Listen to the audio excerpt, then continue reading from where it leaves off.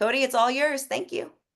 Thanks, Leia. So here's the website that Leia mentioned. If you're not a member already, you could be. It is only $50 annually or $10 if you're a student, so pretty affordable. And you get access to all of our recordings, a couple from me, a couple from the group, our new senior pamphlet, and a bunch of cool stuff. We're pharmacists, based in California and focused there, but we really believe that education for everyone, healthcare professionals, and as well as the public is critically important, and that's what we're here to do. So tonight, I want to talk to you about my favorite system. This is my favorite lecture, I'm not going to lie. Cody, it Uh, looks like you and stopped sharing. oh no, it says that I'm sharing. Oh, gotcha. Oh, it's It just a came little back. delayed, probably. Okay, great. So this is my favorite lecture to give at University of California, Irvine, where you can see here that I am a educator. Oh, I guess I don't have it on this screen, but know that I went to Duquesne School of Pharmacy. I got my master's in medical cannabis science and therapeutics from the University of Maryland. I do a bunch of stuff, including this organization, the Pharmacist Cannabis Coalition of California, and I'm an educator. Oh, there it is down there at the bottom at UCI, and do lectures in other places as well. So, what I want you to think about as we move through the lecture here today is what are the primary components, right, and of the ECS, and specifically the classical ECS, which is point 4 down there. What are the components? What are the pieces, the moving parts of this system? What are the physiological functions that those moving parts are responsible for maintaining? What is a cannabinoid, and how phytocannabinoids differ from endocannabinoids? And then what's the difference between the classical endocannabinoid system and the endocannabinoid ohm? Uh, so those are the topics that I need you to think about. There will not be a test, so everyone can rest easy. But I want you to think of this lecture through these lenses, and then we might take a twist towards the end. So this is my favorite quote, or the quote that got me so interested in this study, from Vincenzo Tomarzo. He said, "Relax, eat, sleep, forget, and protect, the five primary functions of the endocannabinoid system." And what I want to reiterate is that this is a master regulatory system found in nearly all life on planet Earth. So of course you, but also this lovely caiman or reptile that's on the screen, the birds in the trees, the mice in your floor, the even depending on the angle in which you define this system, which we'll get to later, even the insects, which are an incredibly important and diverse part of life on planet Earth, probably have some parts of the endocannabinoid system. So this is everywhere, and it's doing these five major functions. I just like to bring these back to THC. You don't have to think very hard if you're a cannabis or marijuana consumer to connect these five functions to the ECS. We've got relax. A lot of people are consuming for that reason. It can help you kind of forget about your other fears and anxieties. Eat, no questions there, right? Sleep, the number one reason people use cannabis. Forget, one of the most common side effects of cannabis is short-term memory. And then protect is sort of related to the endocannabinoid system's role in the immune system and the inflammatory system, the inflammasome, so to speak. And it is intriguing how widespread this system really is. So I like to call it a master regulator of homeostasis. I want to be clear though, the master part is still up for debate, but I hope you walk away from this lecture believing me a little bit more. Let me give you an example. I think that this is really cool. I don't know about you, but I like furry mammals, bears, squirrels, marmots, which are like the groundhogs of the mountains. Many of these animals hibernate, and many of the species in these classes of animals hibernate. And it's really intriguing to find that the endocannabinoid system, or the endocannabinoidome, is highly involved in this system. And I find this intriguing because if you watch an animal documentary, which I am guilty of doing, if you watch these animal documentaries, you will find that they talk about these animals, and they talk about the mysteries of hibernation. And if you tune in and pay attention, you'll find that they don't have an answer. We don't know how these animals hibernate. We just know that they do, that they slow down their gut, that they change their body temperature, that they are able to go into a state of sleep slash stupor for days or even months at a time. And all these amazing functions, which can all be tied back to the endocannabinoid system. There are now numerous studies on numerous different mammals. Bears were the most extensively studied, where they did blood and tissue samples of, I think they were Swedish or from Finland. Anyway, brown bears in Europe. And they looked at their endocannabinoid levels and they saw drastic differences in the ECS between the summertime blood and muscle samples and the winter time. And this suggests a critical role of the ECS for that. There's a whole study on this. If you're interested, you need to DM me. But there's a lot of information on this, but not the focus of this talk. I want to talk about cannabinoids. We talk about these molecules a lot.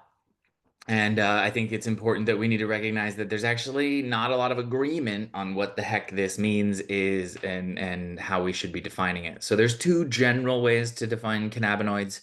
These are either molecules that interact with our cannabinoid receptors, usually modulating neurotransmission, but not exclusively. Remember, master regulatory system. But also, the definition of a cannabinoid doesn't necessarily have to do with the cannabinoid receptors, but rather the chemical structure of these cannabinoids. And this, for this reason, we've actually found many molecules in nature that do indeed have a cannabinoid structure or a skeleton, so to speak. Just the most common example is we've got CBD, which is a isomer, a constitutional isomer of THC, where you've got the same constituents, the same molecular makeup, but arranged in a different fashion. If you look at the pharmacological studies evaluating CBD with THC, you'll see that CBD doesn't activate CB1 receptors very potently, or if at all. And the definition of a cannabinoid is that. So it's already confusing just with CBD as an example. And we could look even further and find more. So really interesting stuff. We haven't really agreed on the terms as well as most people believe we have. Here's the old consensus on the terminology used in the in cannabinoids, which is endocannabinoids from inside us and the animals, and phytocannabinoids produced inside plants is where the actual word comes from. But I want to point out we have found molecules in turkey tail mushrooms that are not fat, they're not phyto, they're not from plants, they're fungi, myco, and they probably have actions at the CB1 receptor. They don't look anything like cannabinoids though. So now you've got again this difference in definition of stuff that's being found in fungus that does interact with the cannabinoid system but looks nothing like the phytocannabinoids. And again, is a myco, not a phyto. So we're just figuring this out. Synthetic cannabinoids, this is a large class and collection of molecules, mostly designed cannabinoids, aiming to target or manipulate a certain aspect of the system or to be used to investigate a certain aspect of the system. They're designed and produced by man. They don't occur naturally in nature. This is confusing because the word synthetic is also used to define drug manufacturing. I don't address this in this lecture, but I have done it a few times where I talk about nomenclature that might be better. Here's a timeline. I don't want to get too into the weeds because, frankly, I have a hard cutoff. I have to be in the hospital. I have to get out of here strongly at 6.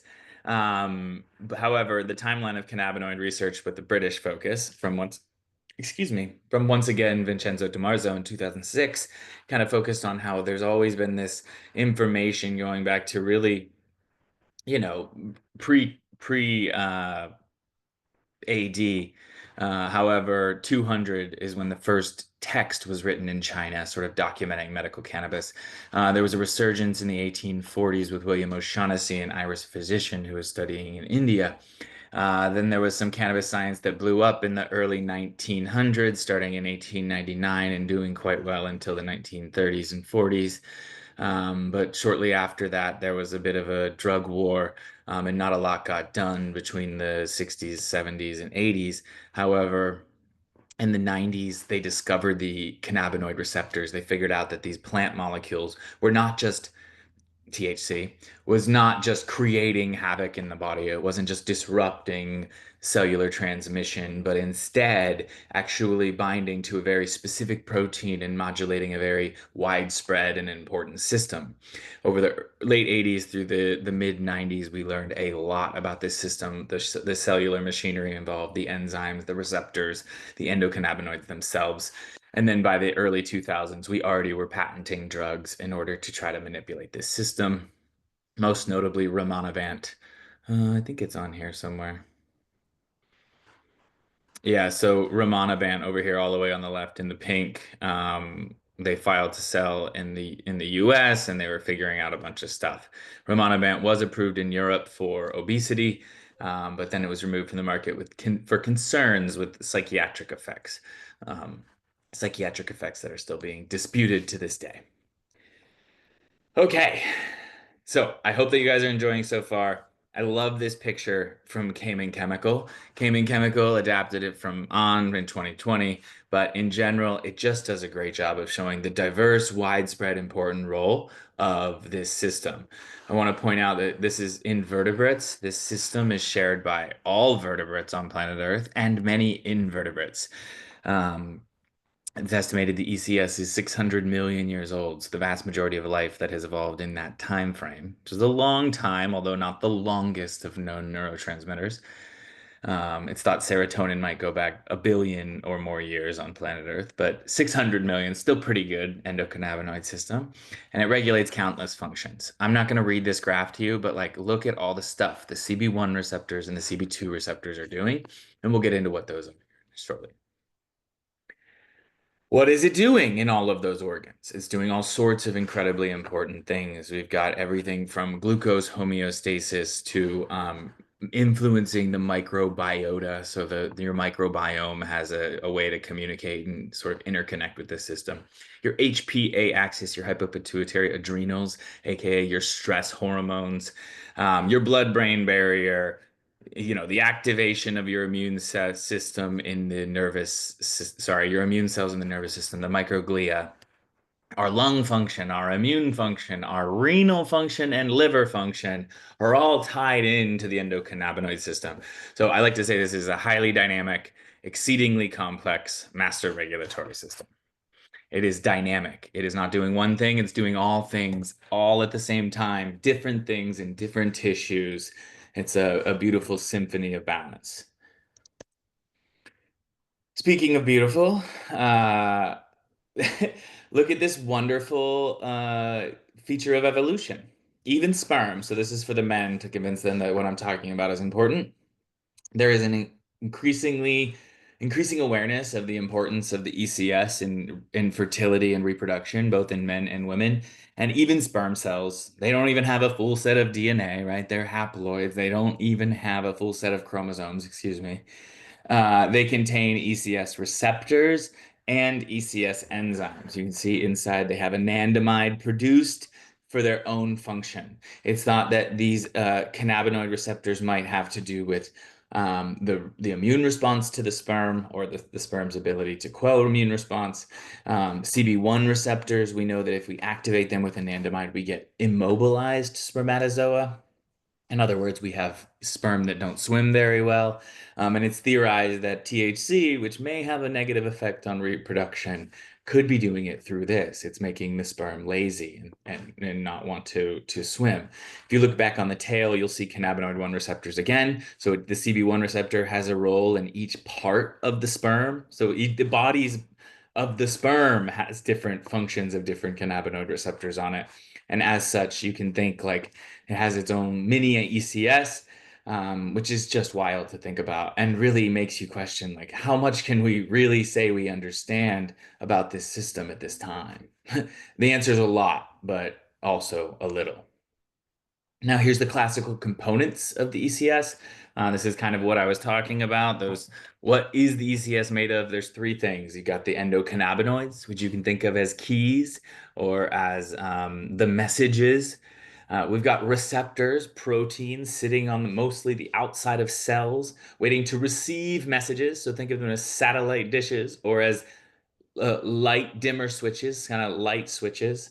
Okay, so we've got messages as endocannabinoids, we've got satellite dishes to receive those messages as receptors, and then we've got cellular machinery, the enzymes involved in producing and breaking down endocannabinoids.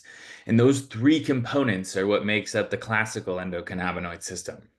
And affecting one part of the system has the ability to affect all the other parts of the system. When you consume THC, it activates the CB1 and CB2 receptors. But what does that do to the enzymes and to the endocannabinoid levels in the brain? We're only just starting to figure this out. But we do have good evidence to say you affect one component of the system, the entire system will adapt. That makes sense for a master regulatory, homeostatic regulatory system. Normally things go down, the ECS goes up. Downstream neurotransmission is what you're looking at in this image. This is a good way to think about, to conceptualize endocannabinoid system signaling, although it is not exclusive and it is not detailed. It's reductionist, okay? It's to help you understand. Typically, the brain is talking down. So it's sending the message through the presynaptic neuron at the top of the screen. We send the electrical message hits the end of one cell, it must talk to the next cell. It's not all connected, so the electricity cannot transmit. There's a gap. Think of it as insulation. We call this a synapse.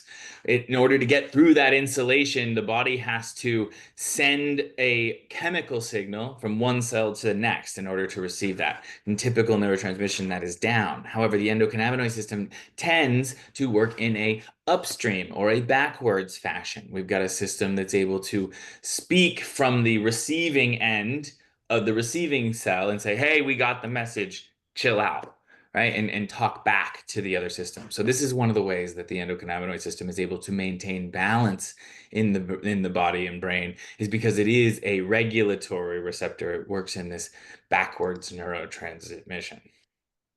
I don't want to get too deep into anandamide here, but anandamide, the bliss molecule, because ananda means bliss in Sanskrit, the ancient Indian language, and because we're talking about ganja, that helped us discover this system, it makes perfect sense to name it in Sanskrit.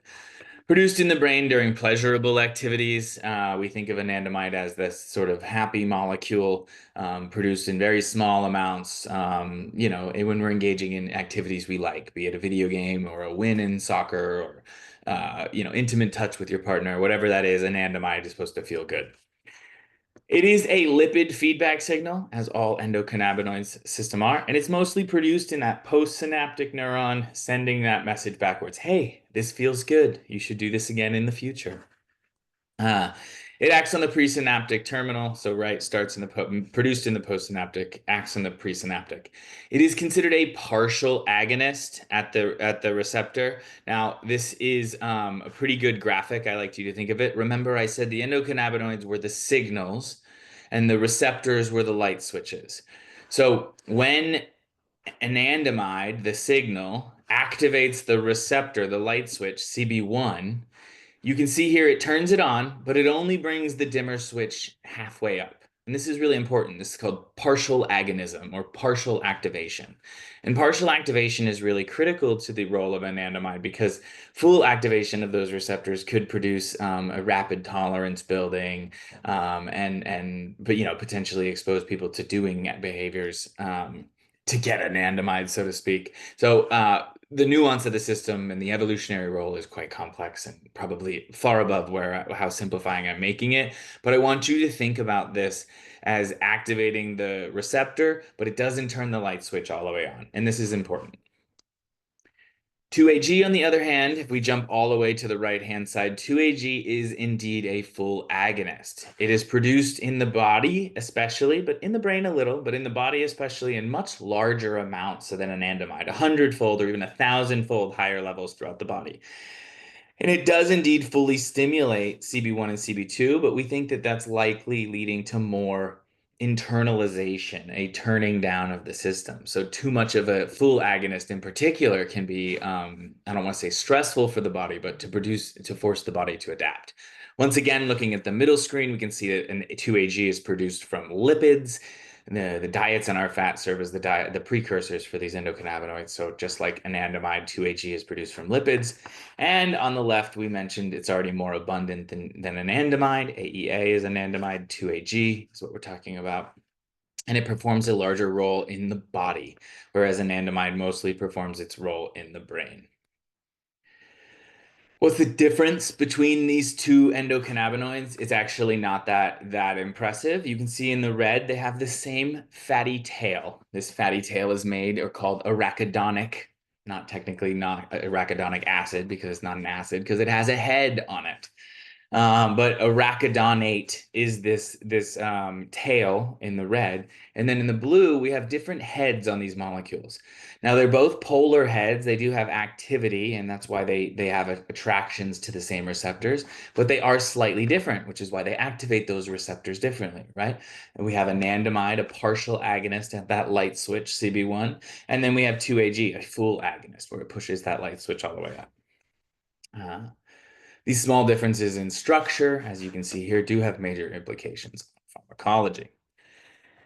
Now, how the heck does THC, which is on the left of the graphic here, mimic anandamide, which is on the right? Those do not look anything alike. And I know we're just looking at little stick drawings, but anyone can look at these two structures and see that they're not the same.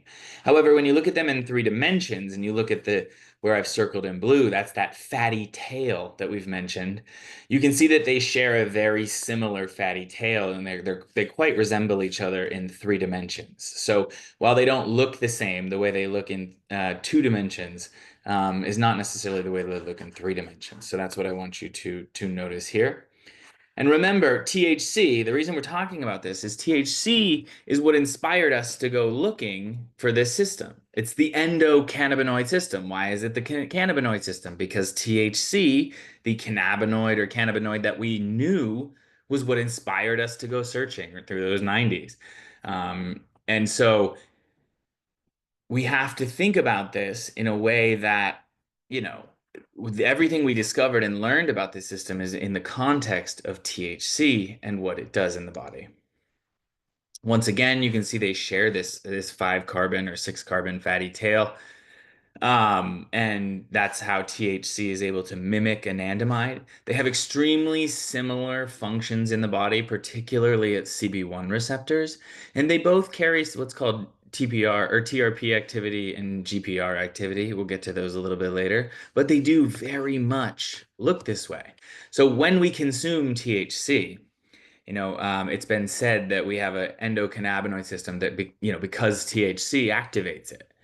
And it's quite the opposite. THC has been maintained evolutionarily because it's able to activate this system shared by all life on planet Earth. And because it looks the same, it's able to do it. So THC mimics anandamide and hijacks, for lack of a better term, it interferes with your endocannabinoid system, producing the medicinal effects, the euphoric effects, the addictive effects, whatever effects you want to pick. THC is hijacking the endocannabinoid system where anandamide evolved to be acting. Remember too that anandamide is produced on demand in the tissues that it's needed based on the diet or the fat in our diets. THC is produced when you burn that herb, and it depends on how much you inhale and how long you hold that smoke and how much gets into the body. But it's not produced in a certain tissue. It'll be distributed through the entire body in a predictable but very systemic way, which is why when we have THC and we get the effects that we're looking for, we also have the effects that we're not looking for, whether it's dry eyes or dry mouth or incessant munchies or inability to stay awake, whatever it is. That's because THC is arbitrarily and indiscriminately activating all of the endocannabinoid system in our body, whereas the ECS is a finely tuned micromanaging system that does not have all those same side effects. So we just talked about the signals in the system. In this image, a lot of those signals that have been developed or that exist in plant or exist in our brain are around the outside. And on the inside is the satellite dish that we're talking about, the human cannabinoid receptor 1. These satellite dishes receive the cannabinoid signals and they help transmit the message that we're trying to send. Different messages, different response. So activation with THC is different than activation with THCP, which is different than the activation with 2AG. You can kind of see where I'm going. Different signal is a different message. The satellite dish is not just it's not a light switch on off on off. It is so much more than that. It's a dimmer switch, or a dimmer switch attached to a door that can be opened in any variety of ways. So these receptors, these satellite dishes, are not just located in the brain, as I mentioned, although in the CB1 receptor is the most abundant G protein coupled receptor in the brain. Of all the types of proteins that receive signals in the brain, this is the most abundant satellite dish. But it is in all of the body and all of the brain. It's in the brainstem, the blood vessels, the heart, the kidney, your fat cells, your reproductive organs, your connective tissues. And it's in your immune cells a little bit, but in the immune cells is mostly CB2. Oops, jumped ahead. Mostly CB2 receptors, which are primarily in the immune cells. Basically, all of your immune cells, a couple, except a couple, are covered in this. It's rich in your spleen, your bone marrow, and your thymus, all very critical parts of the immune system. And look at that, the GI tract. Once again, sort of where this immune system all starts. So CB1 and CB2, these satellite dishes are all over the human body and, frankly, life in most organisms on planet Earth. Okay, so those are the satellite dishes. So far, we've talked about the messages, the receiving dishes. Now let's talk about the machinery needed for the body to do this. I don't want to get too deep in the weeds, but you've got NAPE, PLD that makes anandamide, and DAGL, which creates 2AG. Look at how beautiful, creation and nice, and destruction on the right-hand side. We've got fatty acid amide hydrolase, which degrades anandamide, which anandamide is a fatty acid amide. So anandamide is hydrolyzed by Fa. And monoacyl glycerol lipase degrades 2AG into its degradatory products. So know that we've got this cellular machinery to make and destroy. What you're looking at here is a summary of everything I just went through. I'm going to use the right-hand side as an example, and we're going to try to draw. But up here, we've got our fatty acids in our cell membrane. And these enzymes, this cellular machinery here, takes these fats and converts them into our endocannabinoids, 2AG. Okay, so the cellular machinery took a fat from the bilipid membrane, the cellular membrane that exists on every cell in your body, put it through the cellular machinery to pump out 2AG. Now, 2AG can be degraded by Fa or MAGL or ABDH612. Shout out Miyavi Shields, who researched that in her PhD, to make this arachidonate glycerol, which then can be used in other systems. It can also activate the satellite dishes, particularly CB1 and CB2. And then there's also this TRPV1 that we didn't mention much, but can also be considered that. There you go. Everyone who's here is now an expert. So this is our understanding of the ECS going back, oh, I don't know, back to the 90s or even the 2000s or 2010s.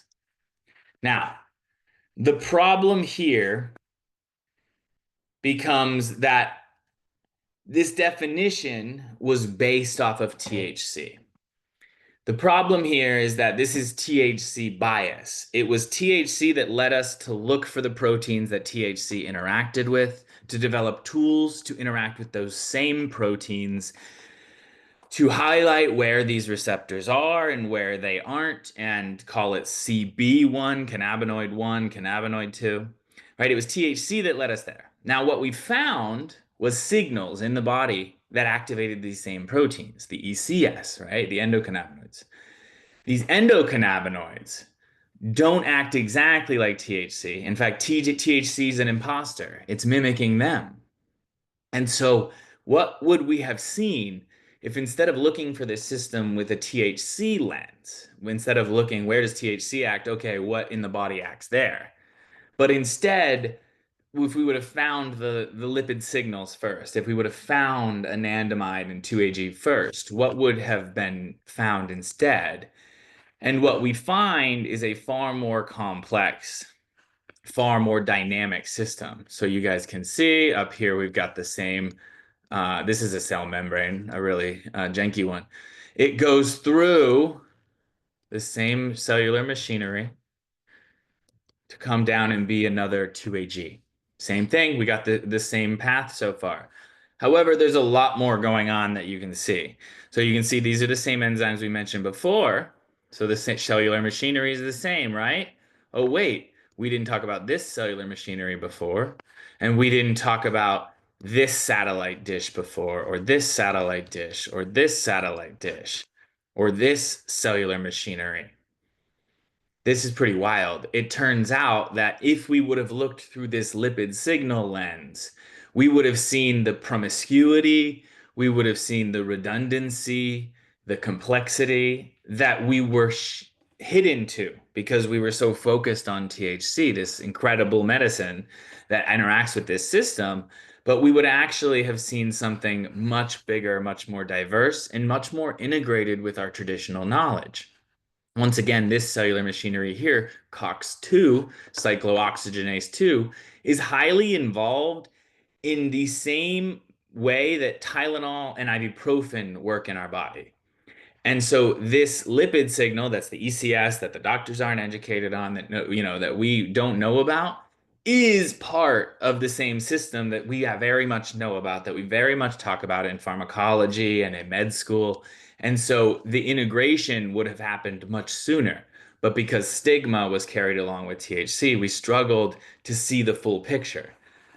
Another thing in the cells I want to point out is this. You can see dopamine here. Everybody knows dopamine, that's feel good. It turns out if depending on the metabolism in the body, dopamine can be hooked up to one of these endocannabinoid tails. And then we get something called N-arachidonyl dopamine. And what does that thing do in the body? And why didn't we know about it before now? There's just so much to still uncover within this system. You can see that here is glycine, an amino acid, and arachidonyl glycine. So we don't just attach it to neurotransmitters, we can attach it to amino acids, right? There's all sorts of stuff. GPR19 is one of those satellite dishes, but it's an orphan. It doesn't have a home, right? That's not nice. But GPR 55 can have an endocannabinoid home because it's clearly coming up over and over as part of this system. So as we change, as we evolve our understanding, my point is, so does the definition of the system. So this is what we're calling the endocannabinoid ohm. Some people are calling it the expanded endocannabinoid system. Some people are calling it, well, there's all sorts of things. We haven't really come to a consensus yet. Oh, now I gotta erase all my notes. See, that's the one flaw with drawing all over your screen.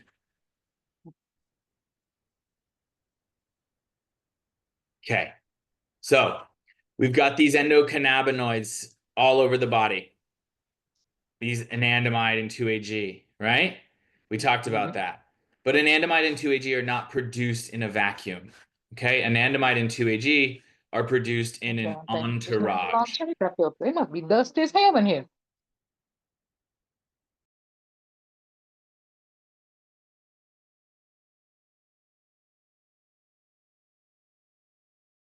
Cody, I think you're muted.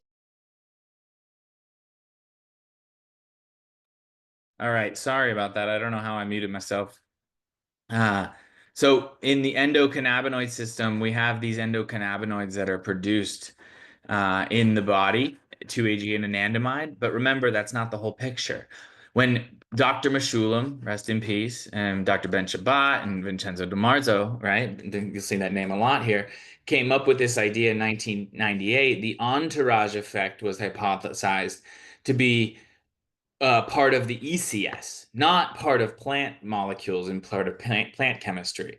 The ECS was hypothesized to protect the endocannabinoids, 2-AG and anandamide, from destruction, okay? And two of those entourage molecules are PEA and OEA. You can see them down here. And these molecules may reduce anandamide reuptake. They may inhibit breakdown by numerous enzymes within the system. So they're distracting Fa and distracting COX while anandamide and 2-AG have their effects. There's also synaptamide, which is an omega-3 endocannabinoid, as opposed to OEA, which is an omega-9, and PEA, which is a saturated fat. Okay, these are all different than anandamide and 2-AG, which are omega-6s. We're going to get to this in the next slide. But synaptamide is this amazing omega-3 endocannabinoid that where we first found it was in a newly developed synapse within a newly grown brain cell. And so we think that this has a critical role in the development of babies and in reproduction. And we think that it's just a really cool, interesting molecule. It may have something to do with the endocannabinoids' really important role in the body beyond anandamide and 2-AG. Da-da-da. There should be a way to clear my whole screen, I think, at once, so I don't have to do this after every slide. Okay, so moving on to this next screen, I just mentioned a lot of those things I just circled. Anandamide and 2-AG are omega-6 endocannabinoids. Okay, omega-6 endocannabinoids are produced primarily through omega-6 fatty acids in our diet, essential fatty acids that we do not produce enough of without getting them in our diet. Beyond the classical ECS, we have all these endocannabinoids that are attached, right? N-arachidonyl glycine, right? Attached to this amino acid. We've got peptides in the body, naturally produced, a chain of amino acids that have cannabinoid receptor activity. We've got saturated fats that are turned into endocannabinoids. We've got omega-9 fatty acids that are turned into that. We've got all sorts of different versions of these signals that are not just mimicking THC, but mimicking potentially THCV. Sorry, THCV might be mimicking the omega-3s, and we've got different versions of all these signals, and it's not as straightforward as on, off, A and B. It is so much more than that. This is just a quick slide to tell you that in general, omega-3 polyunsaturated fatty acids, so our omega-3 fatty acids are generally considered anti-inflammatory. And generally, omega-6, which is much more abundant in our Western food supply with our seed oils and our lack of grass-fed beef, so to speak.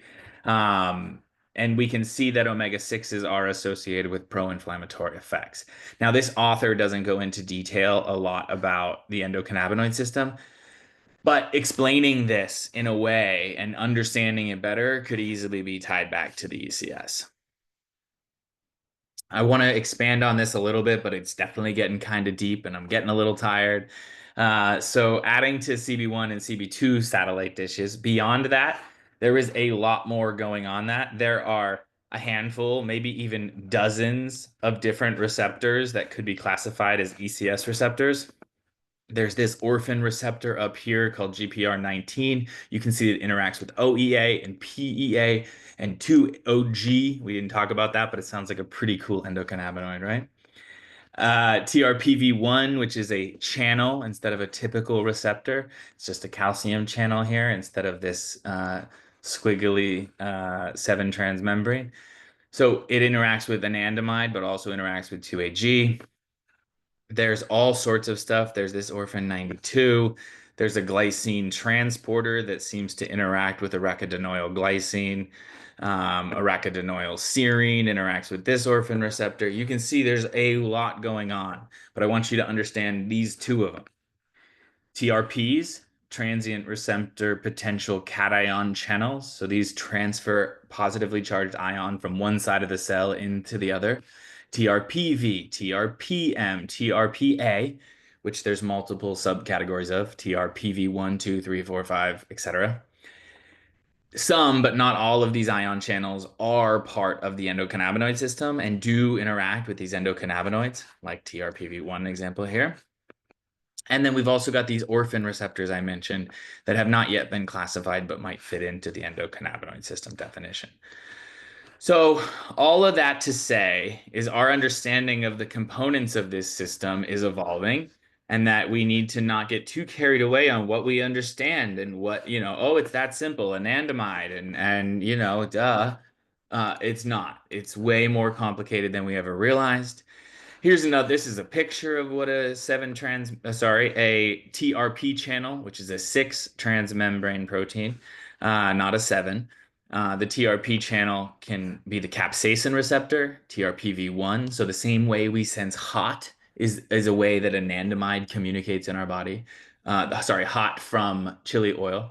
TRPM8, the same way we feel cold from menthol and spearmint and all the gum that we have. That is activation of TRPM8, which is also thought to be part of the endocannabinoid system. And then the way that mustard, ginger, there's got to be another one coming to my mind, garlic. These are likely through tasting spicy through the TRPA1 channel, which once again has been associated with cannabinoids, endocannabinoids interacting with. So there's a lot of interplay between the plant language that those plants spoke, whether it's an herb or a spice like pepper or an herb like menthol or spearmint or garlic, and the language that THC speaks. Sorry, that cannabis speaks, which is mediated through THC, excuse me. This is just another picture expressing that. Menthol is this TRPM8, this thermoreceptor, the cooling effect of menthol, and CBD as a potent blocker of TRPM8. So CBD would hypothetically block the menthol effects. It's not that straightforward, but in a test tube it is. Capsaicin, hot chili oil, is a TRPV1 agonist. It's sort of like how we discovered this thermoreceptor. And it does all sorts of stuff at these other TRPs that may be considered part of the ECS as well. Not tired of what I'm talking about yet? Good. I've got this another slide for you to kind of describe how freaking ridiculous this system is. Just simply put, I want to just point out we've already talked about CB1 and CB2 receptors, but there's all these voltage gated and ligand gated ion channels over here. You can see all of these channels on the right hand side of the screen are all thought to be associated with the endocannabinoid system. One of them in particular might be of interest to you. NAV 1.8 was just in the news. They developed a new pharmaceutical, a non-opioid to treat pain-related disorders, and it is a NAV 1.8 agonist, I think, or antagonist. I can't remember. The point is these ion channels are not that different than the ion channels being investigated and checked out by pharmaceutical companies as we speak. This week, that news broke. So there's still so much to learn, but so much to stop ignoring as well. This is all the stuff I just recently talked about. One thing I didn't mention is PPAR receptors. These are nuclear receptors inside of our cells, not on the outside membrane, but on the inside nuclear membrane. And they help our body translate our DNA into proteins. And that's part of the ECS. There's also something called crosstalk, where the endocannabinoid system is able to talk to other systems like the GABA system or the cholinergic system or the opioid system, the endogenous opioid system. And so there's all sorts of crazy interconnectivity between these parts of the body that we barely got into. I needed to post this. This is new science within the last 6 months. It's really cool. So if you're a biology nerd or you ever talked about cyclic AMP, GTP, ATP, you might have heard of something called adenyl cyclase. Now, adenyl cyclases is this G protein right here in the middle. Now, historically, we thought of adenyl cyclase as not having any agonists, okay? Adenyl cyclase was activated when other receptors were activated. So let me mock this up for you. On the right-hand side, glutamate causes this function.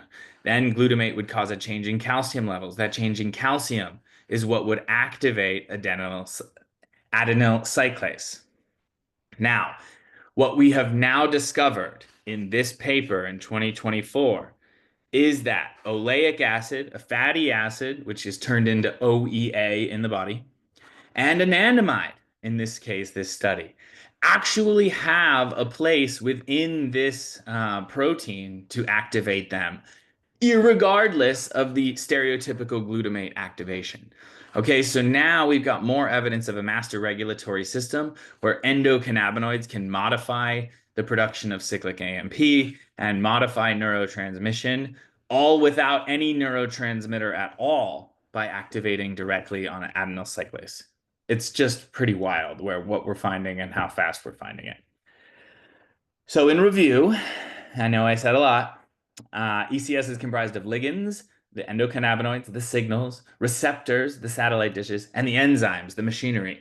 All of these components are working in flux to account for something that Dr. Ethan Russo eloquently dubbed endocannabinoid tone, and I like that word a lot. Now, it's not one thing, it's all the things swirling together. The ECS is involved in all organ systems, all your physiological functions, and basically all disease states. It's everywhere, and therefore it may be a target that we can use therapeutically to treat countless diseases. Cannabinoids act on the ECS, we talked about that, but it's a little bit more than that, and they modify our behavior on a cellular level. Typically, these are endocannabinoids, but cannabinoids can come from plants, they can come from fungi, they can come from test tubes in a laboratory. Cannabinoid is not a specific word, as specific as we need, I should say. Now, as our knowledge of the ECS evolves, so does the definition. We've got GPR 55. Some people have called that CB3, as wild as that is. GPR 118, TRPA, TRPV 2, 3, 4, 5, 6, and 8. So many more of these targets, dozens of receptors or satellite dishes, dozens of signals, not countless, numerous enzymes and overlapping enzymes from other systems.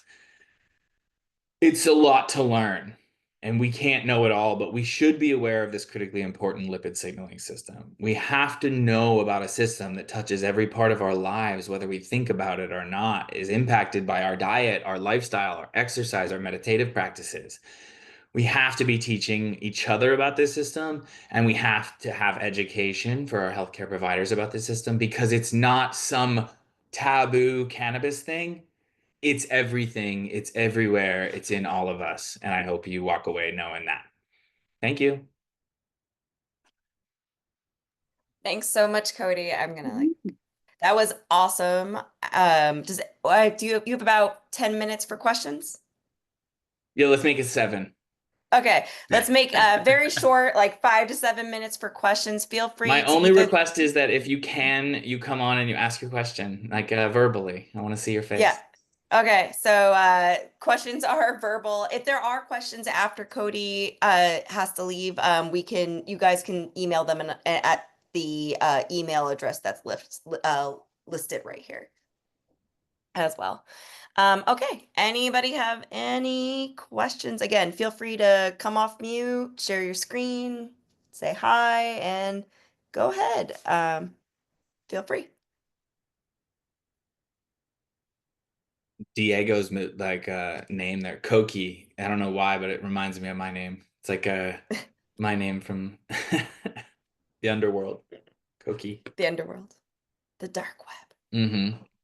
web. Alternative reality. Anybody have questions? I'll leave early, y'all. But you have me. I've committed. I guess there's a chat. Should at least respect the chat. Anything interesting there? First time I've heard of It's THC bias. Yeah. I don't want to say that's mine, but this is a perspective that I've developed over giving lectures about this topic over the last few years. I haven't published anything on it, nor do I think it's an all-encompassing, like it captures everything. But I think it's pretty clear that's how we got here. We identified the system by using THC as the original illumination device, so to speak. And it was only once we discovered the system and started using different lenses or different lights to really tease apart, like, oh wait, there's something else going on here, or oh wait, anandamide, which we said is just like THC, actually does these 8 other things. And what do we need to consider about that? My favorite part was actually the endocannabinoid biome, which is something you presented, I think, a couple lectures ago. And I just think that's just fascinating because, as you said, we went the wrong way. We were focusing on an illicit drug at the time and focus on where does that interact versus let's just talk about this system that actually interacts with all these systems in the body and a level that we didn't even realize. And so going about it the endocannabinoid biome way is much more comprehensive. So I think that's amazing. Me too. I love the Appreciate everyone. graphics for the creation and destruction. It comes Oh, after that. good. I like That that. was cool. That's a Cody original. Yeah, says the woman from SoCal, Great Southern job, Cody, California as right now. always. Yeah, Thank you. it was You know, very, I very love this good. topic. I appreciate y'all coming to hear it. Join if you can, but I know anybody who came live, the benefit is that you don't need to. But please keep coming and please share our posts when you can. That would be awesome. Yep. And like I said, if as I mentioned at the beginning of the presentation for any who joined late, all of our PCCC recordings will be on our website, which is up here, the www.pcccrx.org. And if you would like to see this entire presentation again or any of our previous presentations, you just have to sign up as a member and you'll get full access to all previous presentations there. You know And what I was kind of happy I'll with? just It seems like Zoom upgraded their drawing tools. They were easier to use this time. I just want to throw out that the next education night is going to be on drug interactions, and that's going to be tentatively for May 14th, but we'll post that just for confirmation later in case you're interested in joining that. Presented by you, correct? Yeah, yours truly, yeah. All right. Wonderful. Well, I'm going to work, y'all. I hope you learned something. DM me if you need any references or resources or clarification. And if you Thanks, have Beth. any questions after this presentation, again, feel free just to email us and we will get the questions to Cody or to the whole team, depending on what the question is. Please feel free to ask anything. Thank you all for attending. And thanks for my continued supporters, especially the you know who you are.